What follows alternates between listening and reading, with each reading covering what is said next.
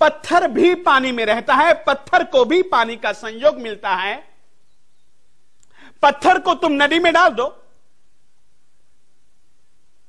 दिखेगा कि वह पानी में है और सचमुच में पानी में है वह, परंतु पानी में रहता हुआ भी वह कोरा कोरा है। बस थोड़ी सी देर की भीनाश पानी में जब तक है तब तक भीगा भीगा है, पानी से बाहर निकालो, थोड़ी सी उसको हवा लगे, थोड़ी सी उसको धूप लगे, पानी सूख जाए और सूख जाने के बाद कोई भी ऐसी कल्पना नहीं कर सकता है कि यह पत्थर कभी पानी में भी था। पानी में रहकर के भी पानी से जुदा जुदा रहता है। जबकि मिट्टी का ढेला, मिट्टी के ढेले को तुम कुछ पानी की बूंदे दो, मिट्टी का ढेला उन पानी की बूंदों को चूस जाता है, आत्मसात कर लेता है। श्रावक पाषाण खंड की तरह, पत्थर की तरह कभी भी नहीं सुनता। वह तो मिट्टी के ढेले की तरह जो कुछ भी सुनता है उसको चूस जाता है, आत्मसात कर लेता है। अर्जुन मिट्टी के ढेले की तरह गीता को सुन गया और सुनते सुनते सुनते सुनते जो उसके दिल दिमाग में संशय थे, जिन संदेहों के कारण, जिन शंकाओं के कारण यह शिथिल हो चुका था, वो शिथिलता दूर हो गई, मिट गई। और देखते ही देखते देखते ही देखते देखते ही देखते अर्जुन युद्ध के लिए तैयार हो गया। उसकी भुजाएं फड़कने लगी, जिनको देख करके भुजाएं शक्ति विहीन बन चुकी थी, जिनको देख करके मन और तन जिसका शिथिल पड़ चुका था। वासुदेव श्री कृष्ण जी की वाणी को इस प्रकार से सुना उसने कि सारी की सारी कायरता उसकी दूर हो गई। सचमुच में इसका नाम है श्रावकपना। परमात्मा महावीर स्वामी जी के जीवन में भी एक ऐसा वृत्तांत आता है। परमात्मा महावीर स्वामी जी का समवसरण लगा और समवसरण में पहली ही बार इंद्रभूति गौतम आया था इसलिए कि मैं महावीर स्वामी जी को अपना चेला बनाऊंगा। आज निर्णय हो ही जाने देंगे कि सर्वज्ञ इंद्रभूति गौतम है या फिर वर्धमान महावीर है। आया था उनको हराने के लिए, आया था उनको अपना चेला बनाने के लिए। जैसे ही समवसरण के पास में पहुंचा, परमात्मा की आंखों से उसकी आंखें मिली। परमात्मा ने उसके संशयों को खोला और परमात्मा की वाणी के प्रवाह में वह ऐसा बहा कि उसका अहंकार परमात्मा की वाणी को सुनते सुनते खत्म हो गया।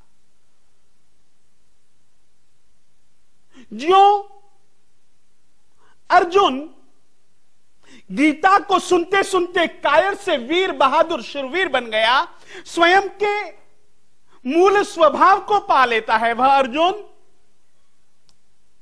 उसी ही प्रकार से परमात्मा की वाणी के प्रवाह में वो केवल गणधर गौतम स्वामी केवल श्रोता नहीं, एक सच्चे किस्म के श्रावक थे। उन्होंने मिट्टी के ढेले के जैसा बन करके, यूं कहूं उन्होंने जो परमात्मा को सुना वो पुल जैसा बनकर के नहीं, वो बांध जैसा बनकर के सुना। अपन लोग कई बार देखते हैं, बरसात होती है, पहाड़ों पर नदी में पानी आता है, खूब पानी आता है। अरे नदी में कभी कभी तो तूफान भी आ जाता है, पानी बहुत तेजी से बहता है, न जाने कितने कितने टनों टन पानी पुल के नीचे से बह जाता है। इधर से आया, उधर से बह गया। उस जल का नदी को कुछ ज्यादा फायदा नहीं। इतना ही नहीं, नदी को तो छोड़ो, इधर से पानी आया, पुल के पास आया और पुल ने उधर से निकाल दिया, संग्रह करके उसने रखा ही नहीं, उसकी वृत्ति ही नहीं, तो उस जल का फायदा दूसरों को जो हो सकता था वो फायदा भी नहीं होगा। परंतु तुम देखो, कभी बांध की दीवार को, पहाड़ों पर बरसात होती है, तेज धारा के साथ में पानी पहाड़ से नीचे उतरता है, स्रोतों में, नदियों में बहता है, किनारों में बहता है, दीवार उस पानी को रोक लेती है और इस रीति से जो पानी रुका हुआ है, समय समय पर किसान उस पानी से, जो कि पानी रोका है, उस पानी से वे लोग अपनी खेती करते हैं। उस पानी से हजार हजार तरीके का फायदा, न जाने कितने कल कारखाने, न जाने उस पानी से कितने कितने कितने कितने प्रकार के उपयोग व्यक्ति कर पाता है। पानी का उपयोग तभी संभव है कि यदि पानी को रोक लिया जाए तो। जो पुल जैसे श्रोता होते हैं,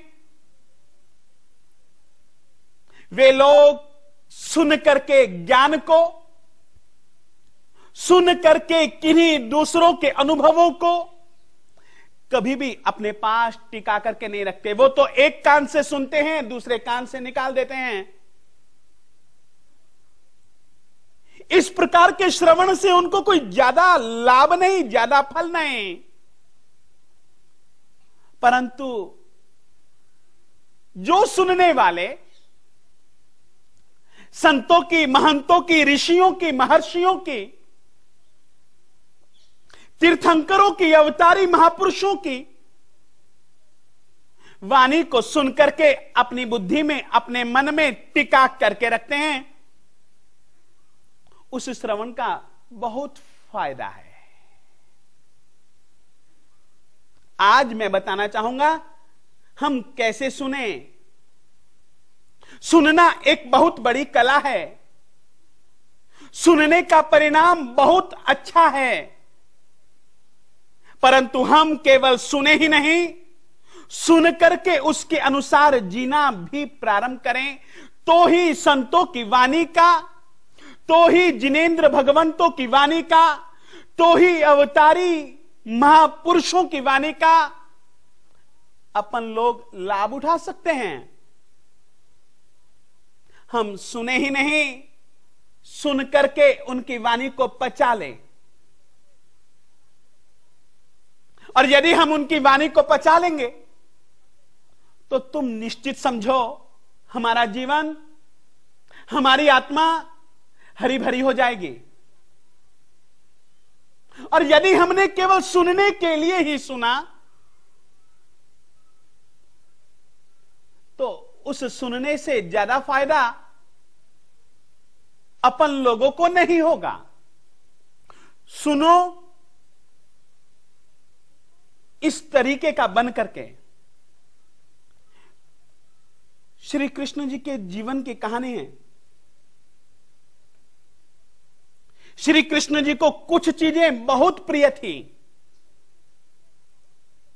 जैसे कि गाय, जैसे कि बंसुरी,